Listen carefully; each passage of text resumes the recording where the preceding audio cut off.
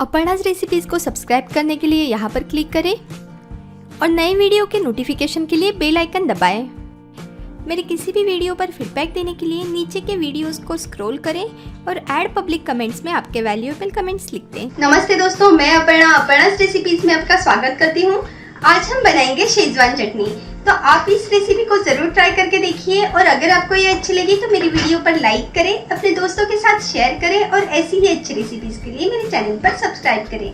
तो चलिए बनाते हैं शेजवान चटनी। तो यहाँ पर हमने ये 50 ग्राम सूखी लाल मिर्च ली है। इसकी हम डंडियाँ हटा देंगे और अगर आपको चटनी ज्यादा तीखी नहीं चाहिए तो आप इसके अंदर के बीज भी हटा सकते हो, पर मैं यहाँ पर मिर्च बस डंडियाँ हटाकर ले रही हूँ। तो ये देखिए, ये अपनी लाल मिर्च चटनी बनाने के लिए रेडी है। अब हम इसमें ये गुनगुना पानी डालेंगे और आधा घंटा इसे भिगो कर रख देंगे। ये देखिए, ये मिर्च भीगकर एकदम सॉफ्ट हुई है। तो इसे हम मिक्सिंग जार में या ब्लेंडर में डालेंगे और बहुत अच्छे से ब्लेंड कर लेंगे। तो ये देखिए, ये हमने इसकी बिल्कुल सॉफ्ट पेस्ट बना ली है। ब्लेंड करते टाइम मैंने इसमें पानी यूज नहीं किया है, आप चाहो तो थोड़ा सा पानी यूज कर सकते हो। तो अब चलते हैं गैस की तरफ। गैस पर हमने ये पैन रखा है, इसमें डालेंगे 4 से 5 बड़े चम्मच तेल। शेजवान चटनी के लिए हम तेल थोड़ा सा ज्यादा यूज करते हैं ताकि ये ज्यादा दिन अच्छी रहे।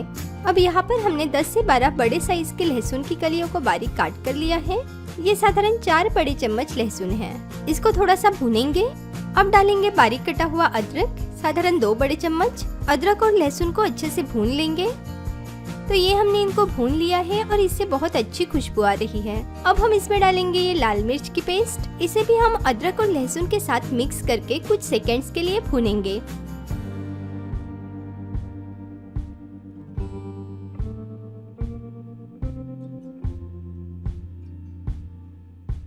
अब ढक्कन रखकर 5 मिनट लो फ्लेम पर कुक होने देंगे। अब ढक्कन खोलेंगे। आप देख सकते हो ये साइड्स में से तेल छोड़ने लगा है। तो इसे एक बार मिक्स करेंगे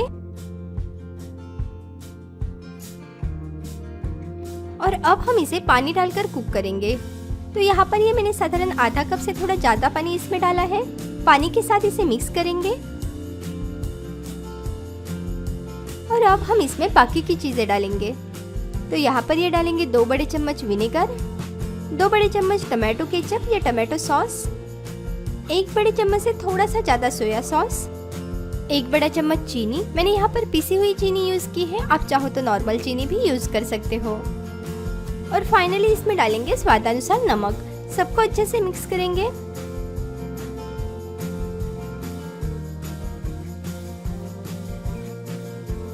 अब हम इसे ढककर रखेंगे और लो फ्लेम पर इसे 15 से 20 मिनट के लिए अच्छे से कुक होने देंगे। अब ढक्कन खोलेंगे।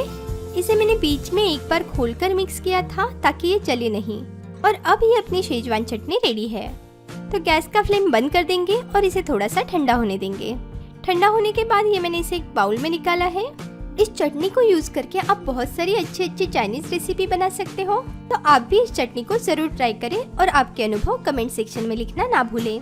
तो जल्द ही मैं आपके लिए चाइनीज की रेसिपीज भी लेकर आऊंगी, पर उसका नोटिफिकेशन आने के लिए आप मेरे चैनल पर सब्सक्राइब जरूर करें।